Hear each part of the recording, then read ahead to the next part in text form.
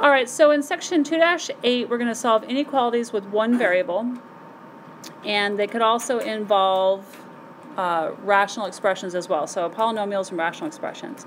So you've got to use all of your prior knowledge to help find zeros. Even though there's an inequality, we still want to find where does this graph cross the x-axis. You will have use of your calculator for this, but it can only help you so far.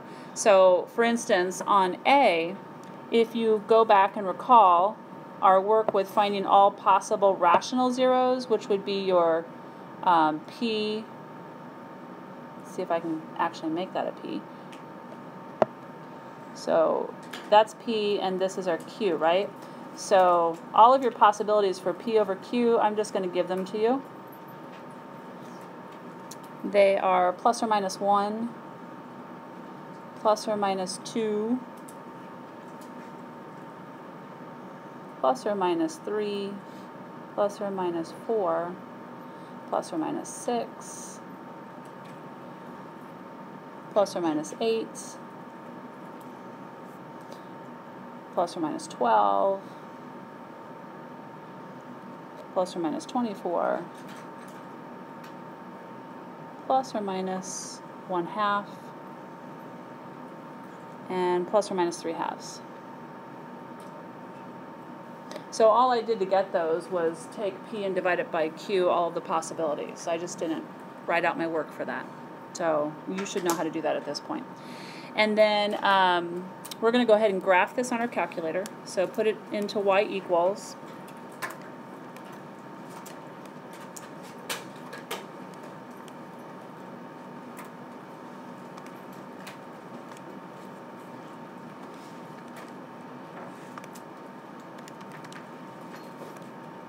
And then hit graph. And so for those of you watching the video, obviously you're not going to see my calculator. But what possible rational zero do you think we might try based upon looking at the graph?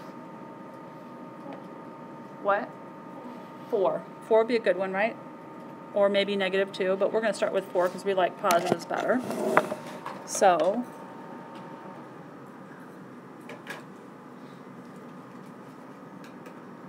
switching back. Here we go. So I'm going to take, am I missing any terms here? Am I missing any terms? Oh, what the heck is that? Not what I like. Am I missing any terms here? 3, 2, 1, 0, nothing. So I'm going to go ahead and use synthetic division. 2, -7, -10, and +24. And if we're going to try 4, we're going to put 4 on the shelf and bring down the 2. And then 4 times 2 is 8. Add down is 1. 4 times 1 is 4. Add down is -6. 4 times -6 is -24. Add down is 0. So it is a 0, correct? And so that leaves us with x minus 4. And then isn't this an x squared and isn't this an x? Times 2x squared plus x minus 6 is greater than 0. Then we need to factor the 2x squared plus x minus 6. You can factor using the quadratic formula. You can factor by multiplying together your bookends. What's 2 times -6? -12. What factors of 12? It's going to be negative subtract to give us 1. What factors of 12? Subtract 3 and 4. So you would replace this with what? -3 and +4, right? And then you would do your group and garbage. All right. If you did all that, you would have the following: x minus 4 times 2x minus 3 times x plus 2 greater than 0. So from here, so let's go ahead and number our steps. So this was step 1. This was step 2. and this is step 3. So step 4, I want to list out my zeros, because what I'm trying to find sign changes. If I want to find what part of that graph is greater than 0, I know we can look at our calculator, but we can also do it without looking at our calculator. We can use what's called a sign table. And all a sign table is the x-axis. So I'm going to take the x-axis because that's all I really care about where my graph crosses it, because where it crosses it makes the graph go negative for y, or positive for y, or 0 at y. So anywhere up here is positive for y, anywhere on the x-axis is 0 for y, and anywhere down here is negative for y. Would you all agree? And we're asking right here, when is the graph, which is y, positive? So we're going to use all of our zeros. What would be my possible zeros? Let's do zeros. So based upon what we just did, what are our zeros from x minus 4? What's your 0 here? 4. What's your 0 here? Set it equal to 0, add 3, divide by 2, 3 halves, right? And what's your 0 here? Negative 2. So our zeros are 4, 3 halves, and negative 2. So I'm going to place those values on my x-axis from smallest to largest. So I have to go from negative 2 to 4, so let me partition this.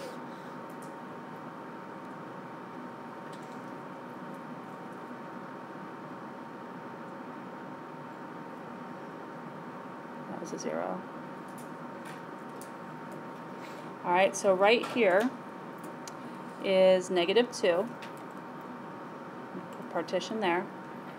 And then 3 halves is 1.5. So right here is 3 halves. And then positive 4 is right here. So that's how we've cut the x-axis. And so what I get to do now is I've got to try values to the left of each. These are our reference points, if you will. So I've got to plug in values here to the left of negative 2, in between negative 2 and 3 halves, in between 3 halves and 4, and to the right of 4. I have to look at what the sign of the answer is.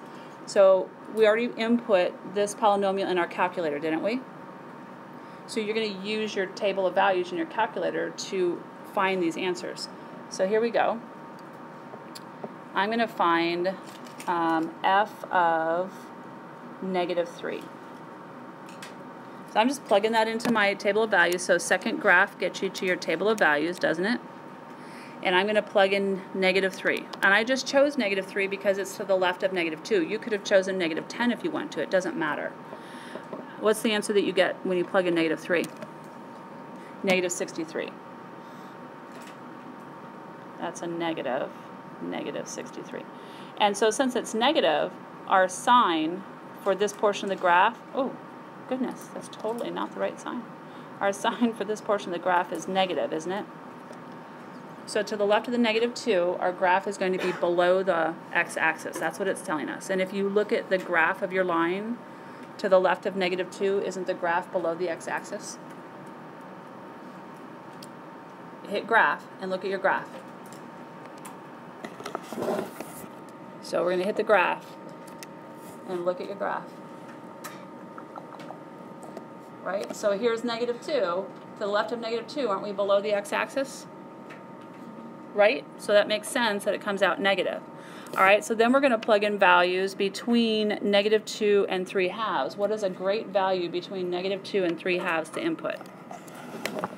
What would be a favorite value? How about 0? So f of 0 is equal to what? We can do that without the calculator. What's f of 0? If every x is 0, your constant is going to be your answer, right? So 24, and it's positive. So that means this graph, this part of the graph from negative 2 to 3 halves is positive. And if you look from negative 2 to 3 halves, isn't the graph going above the x-axis like this? In a curve above, right? So that makes sense. And then choose any value between 3 halves and 4, like 2 or 3. It doesn't matter which. I'm going to choose 3. So f of 3. Oh, thank you. So I'm going to choose f of 3. And so go back to the second table and put in 3. What do you get? What's f of 3? Negative 15. So that means that between 3/2 and 4, our graph is negative. If you look at your graph, wouldn't you agree with that? It dips down below, right? But we still have to choose to the right of 4. So pick a number to the right of 4. Okay, f of 5. So on your table in your calculator, put in 5. What do you get? What do you get? 49. So because 49 is positive, we have yet another sign change. And as you look at your graph, after 4, isn't the graph going above the x-axis like this? I guess from your perspective it looks like this, right? So they want to know, where is the graph greater than? So which of these intervals, here, here, and here, are positive? Only these two, right? This interval and this interval. Those are my answers. So last step, I'm going to write that in,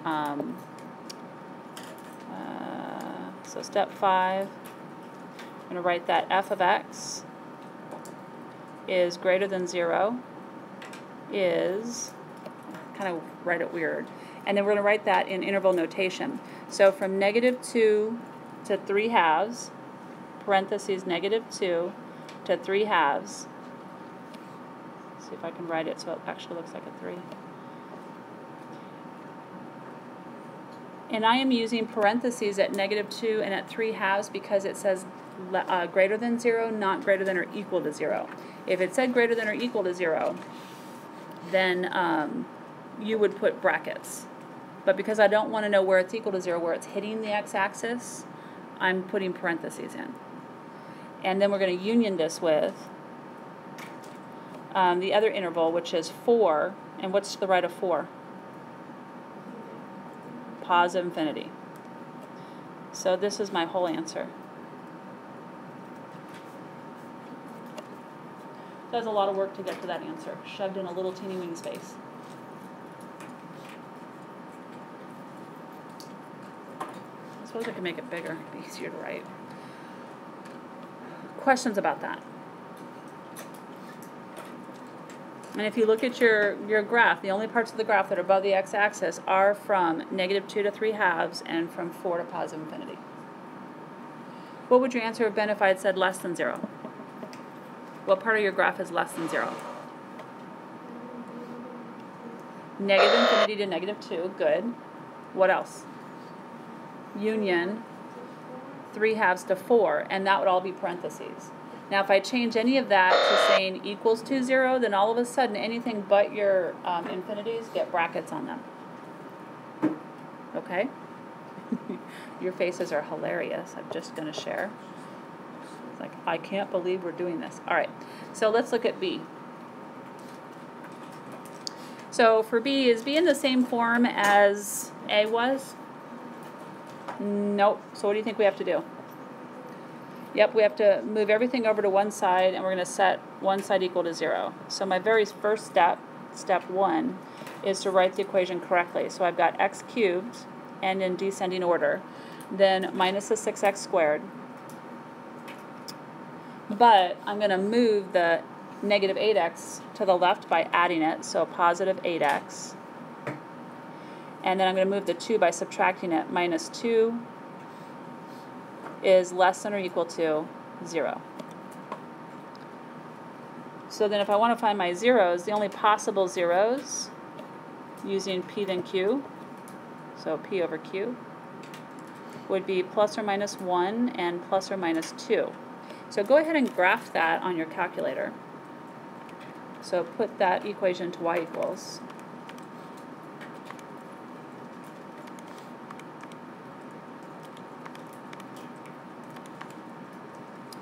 And hit graph, and let's look at the graph. So make sure that you've put in your graph, and we're going to look at the graph.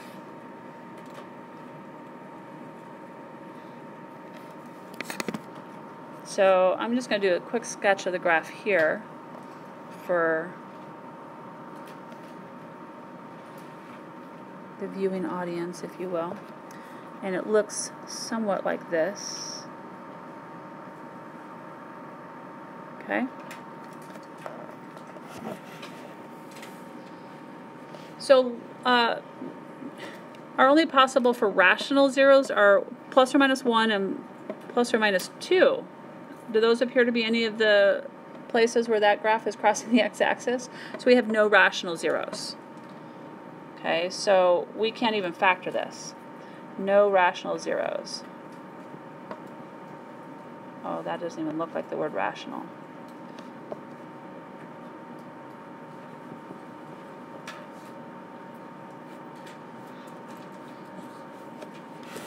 So you have no rational zeros, right? So instead, you're going to find your zeros on your calculator. So on this one, write yourself a note that you have to do it graphically. So this one is graphically. You've got to have your calculator. So if I'm going to use my calculator, I'm going to find my zeros on my calculator using second calc zeros. So go ahead on your own, and with your table groups, find all 3 zeros. And I'm going to quietly do it up here on my calculator. Find your zeros from the left to the right.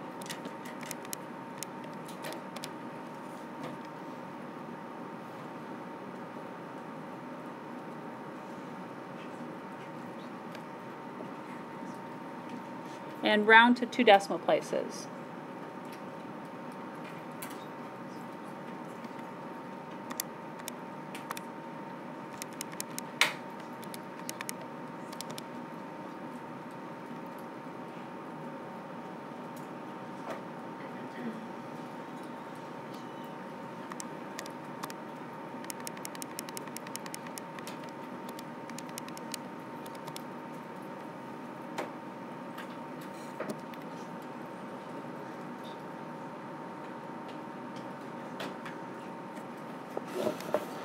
So compare your answers to mine. Do we agree? 0.32, 1.46, 4.21. So now that I know my zeros, we're going to do the same thing that we did on the other problem. We're going to go ahead and make our sign chart with our x-axis. And these numbers, these zeros, are what I'm going to cut that x-axis into. So step 4 is your sign chart.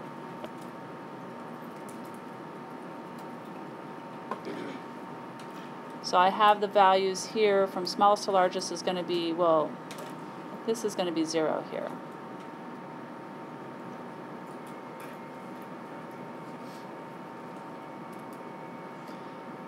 And so we've got 1 here cutting, and that's 0.32.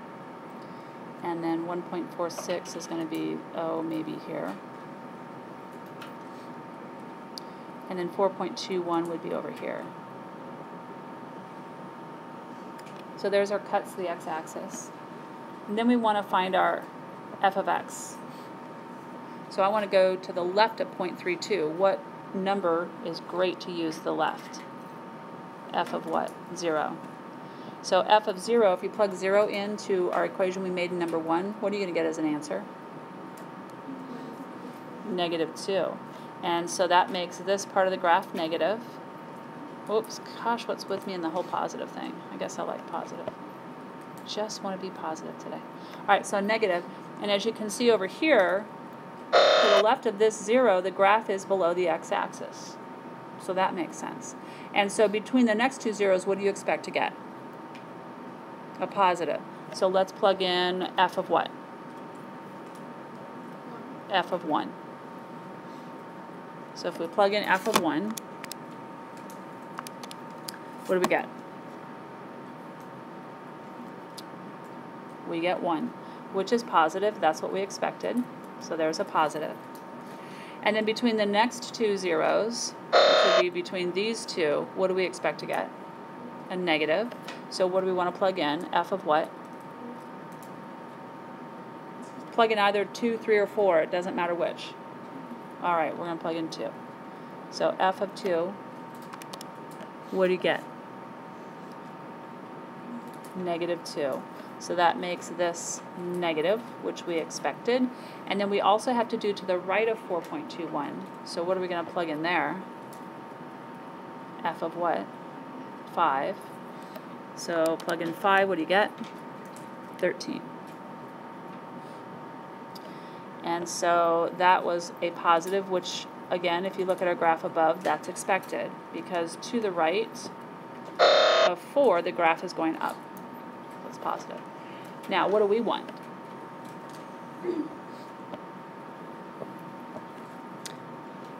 What are we looking for? Less than or equal to. So f of x is less than or equal to 0 is. The function less than or equal to 0 is. So we want the parts that are below. So we want this interval and this whole interval, right? So how do we write that in interval notation? What is this interval right here? -infinity to? Yeah, 0.32. Do we have brackets or do we have parentheses at 0.32? Because it's equals to. Carson, you with me? You did well on your quiz, so stay with me. So we have -infinity to 0.32, and that is a bracket because of the equals to 0. And then we're going to union that with this interval here, which is from 1.46 to 4.21. Do I have brackets or parentheses at these? Brackets. And so union 1.46 to 4.21 bracket. So this is our solution right here. Wait, why did you not have brackets in there? On the other one, on this one here, I don't have an equals to. If I had an equals to, the only difference would be that there would be brackets here and here. Okay. Everything else would be the same. Okay, but if you have equals to, you have brackets. No equals to, it's parentheses. All right, so any questions on that? We're good with that?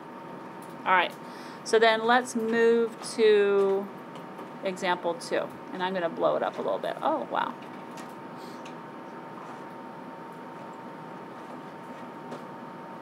Okay. So again, we're going to put this in our calculator. So put that into y equals on your calculator. Exactly as they have it.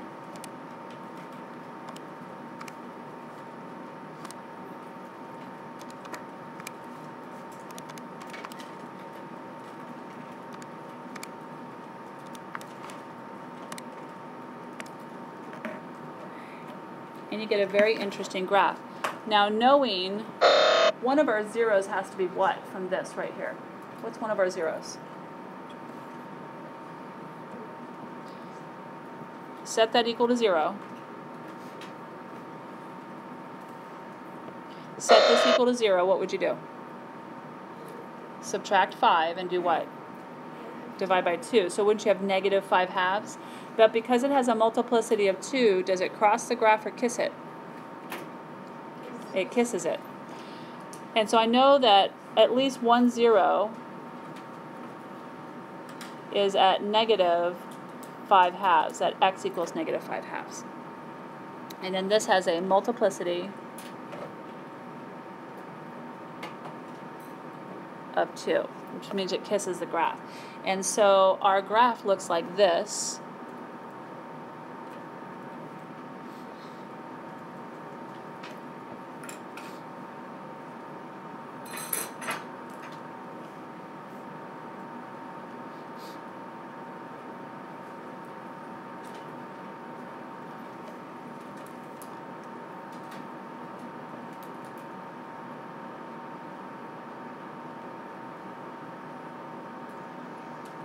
Looks like that so far, but it's got some other curves on it that you can't see.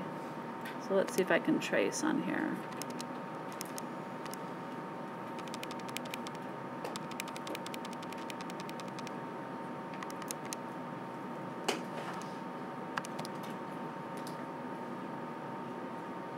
Oh, it's not going to show you. But it has some other funky curves on it, but it's not important. What is important is, look at this one. Can this be factored? Are there any factors of 3 that add to give you 3? No. And if you use a quadratic equation, the opposite of b plus or minus square root of b squared minus 4ac all over 2a, right? Remember that? You get an imaginary answer. In other words, you get a negative underneath the square root. So this is an imaginary root. So this is imaginary.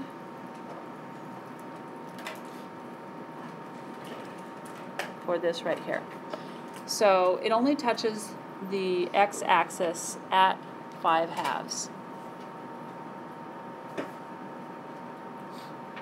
Negative 5/2.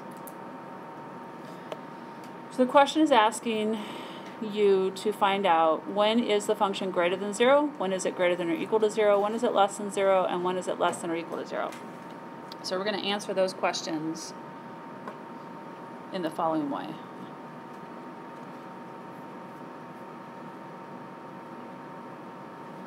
Alright, so the first one is f of x. So f of x is greater than 0.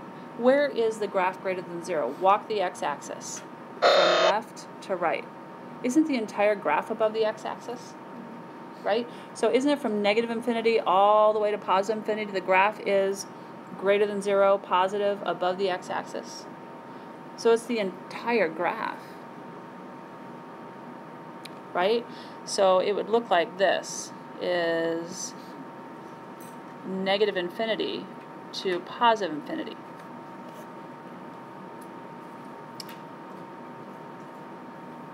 But is that correct? What happens as we walk from here to here? What happens right there? What's the value of y right there at negative 5/2? What's the value of y? 0. Is that greater than 0? Is 0 greater than 0 at negative 5/2? No. So this can't be the answer for greater than 0. It would be if it were greater than or equal to 0. But as we're walking from here to here, that part is actually 0. It's not greater than 0. So we have to get rid of that. Oh, gracious. I don't think I get to take that out. Oh, yeah, I do. Awesome. All right. So we have to take out the 5/2. So we're going to go from negative infinity to negative 5/2, but not include it. So we're going to put parentheses. If you put brackets, that means you're going to include it. And then union that with parentheses negative 5/2 to positive infinity. So that's how we take it out. So then what's your answer going to be for the next one? We're going to call that one B. F of x is greater than or equal to 0. What's your answer for that one? That one is the negative infinity to positive infinity.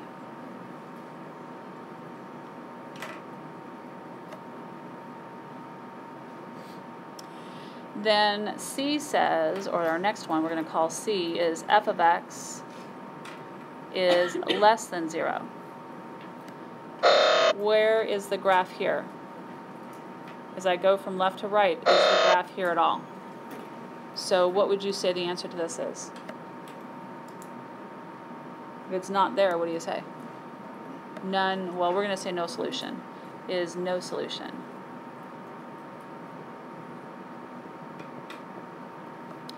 And then D, f of x is less than or equal to 0. Well, we've already determined that the graph is not less than 0. But it is equal to 0, isn't it? At one point, isn't it? Just one point? So this one is different. It's not this, because that would be above the axis. But there is just one point that's equal to 0. Less than or equal to 0, and that's at negative 5/2. So, oops, hang tight, is at x equals negative 5/2.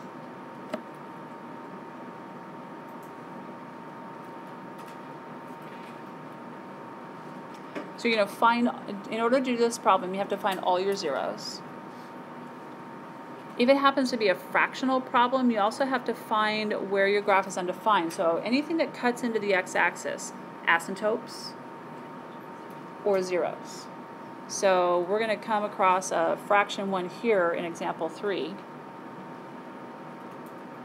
Why didn't we graph 2x plus 1? Why did we? The first one? No, the example 2. We did.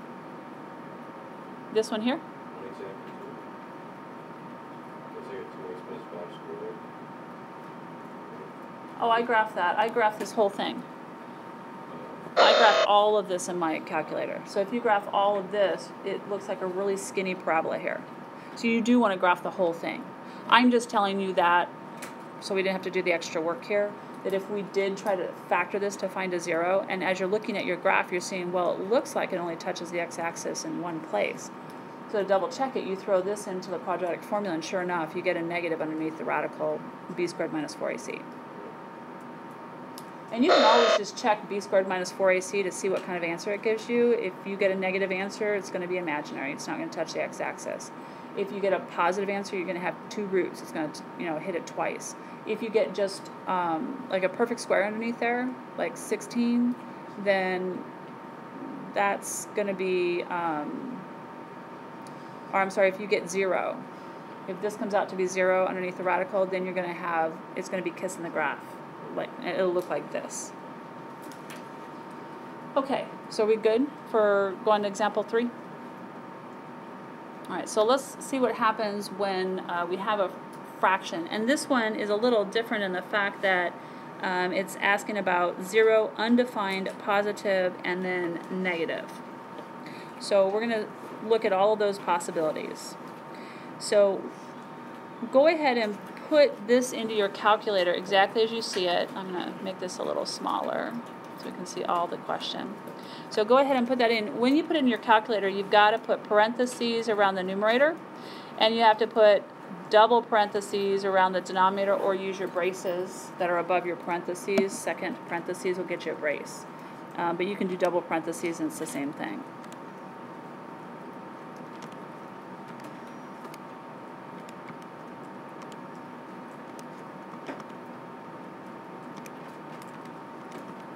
Don't forget to end with double parentheses, otherwise it'll give you an error.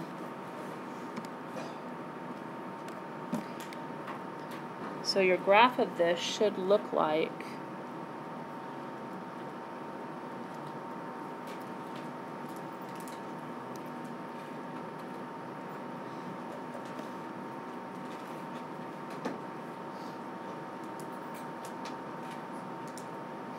do we have any vertical asymptotes? Because of this, don't we have vertical asymptotes? Where at?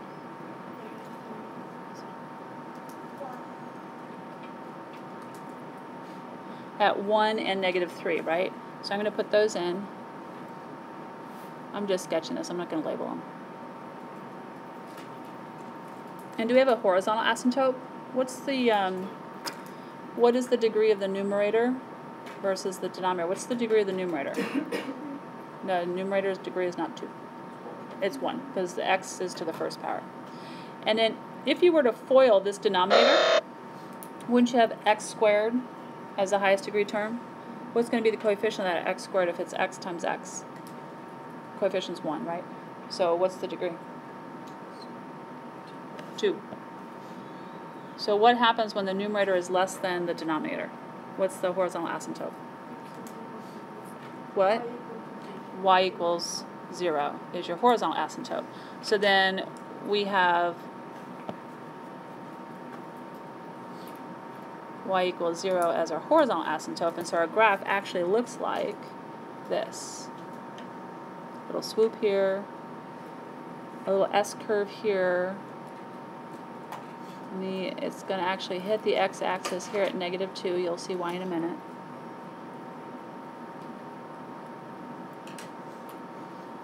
Okay, I have a little hitch in there, but you'll forgive me.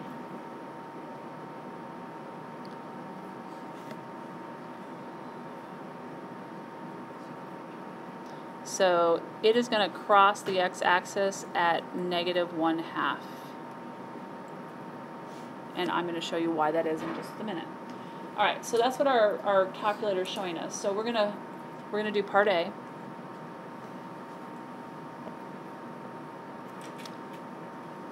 So part A, f of x is equal to 0. How will this function have a value of 0 when it's a fraction? If it were just a polynomial, no fraction, wouldn't you set it equal to 0? And make sure it's fully factored and set each of the factors equal to 0? Wouldn't that be what values would create 0? What values in a fraction create a fraction to be 0?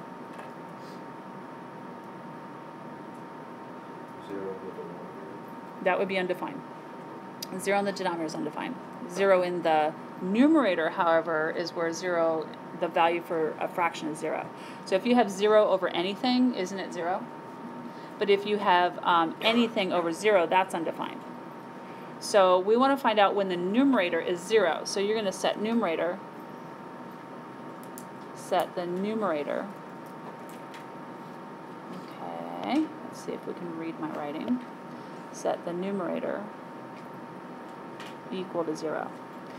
So I'm going to take 2x plus 1 and set it equal to 0. Solve for that, I get 2x equals -1 and x is equal to -1/2.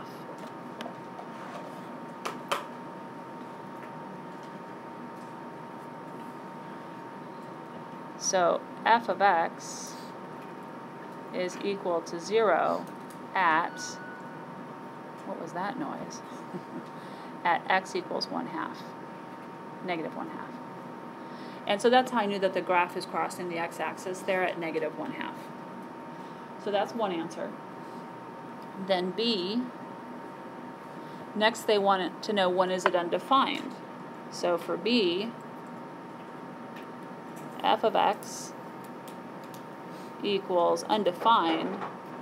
Aren't you going to set your denominator equal to 0? So set denominator equal to 0.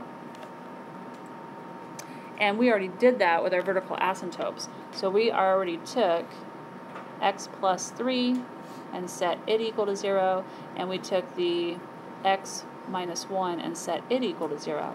And we got x is equal to -3 and x is equal to 1.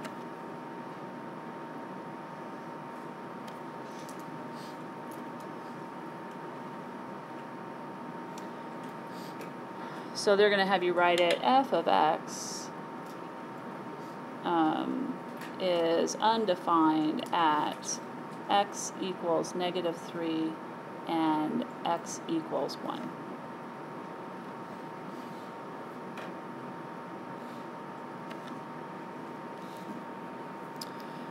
Then positive, can't we look at our graph? Well, we can also create a sign chart as well. So to get the positive and the negative, let's go ahead and create a sign chart. Let's do that here. We already can see our x-axis. So the things that are cutting our x-axis are our vertical asymptotes and our 0. So each of those has to be on here. So we have a vertical asymptote at -3. We have a 0 at -1/2. We have another vertical asymptote at +1. Have I missed anything? I'm just throwing those values in there. I'm not spacing them out evenly because I really don't care about that. I just want them in order from smallest to largest. So then you've already put this in your calculator, right? So we're just going to do f of various things to the left of each of those barriers, in between, and to the right. So let's find f of what here? F of -4.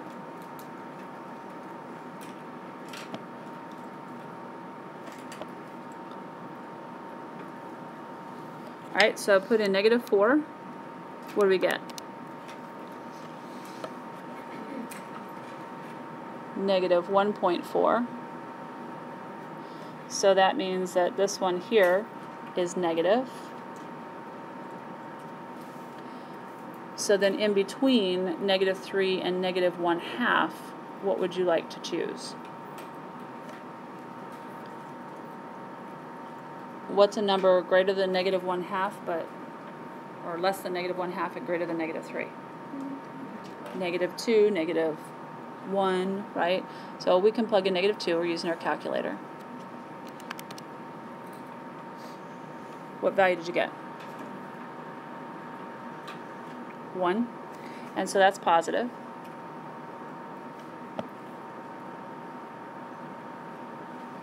And then what do you want to choose between -1/2 and 1? F of 0. What does that give us?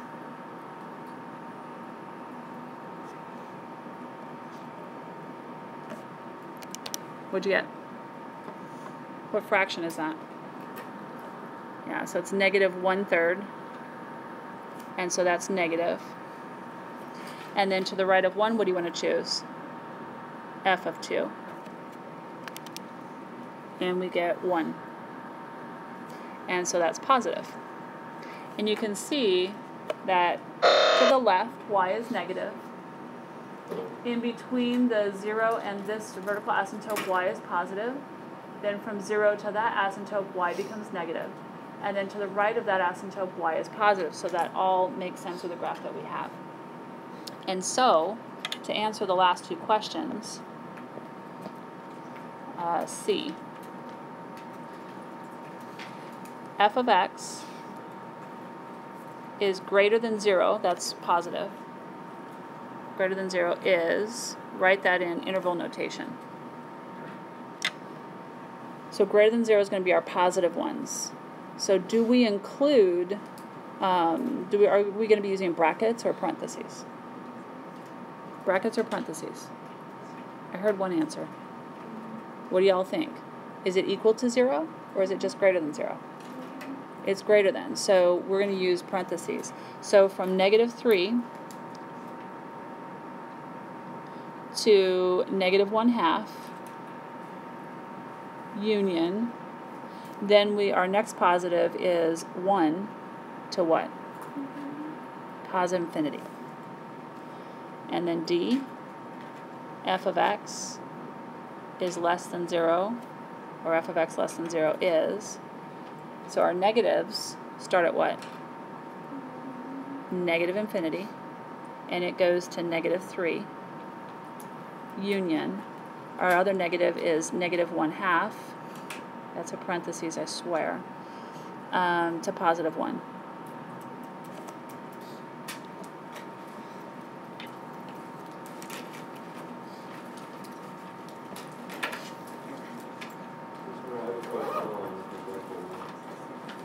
Okay, so let's go back to example 1. What's your question, dear? Why did you find the zeros out of the grades in A and Because we could do it without a calculator if we had to. So I'm just pulling in your prior knowledge.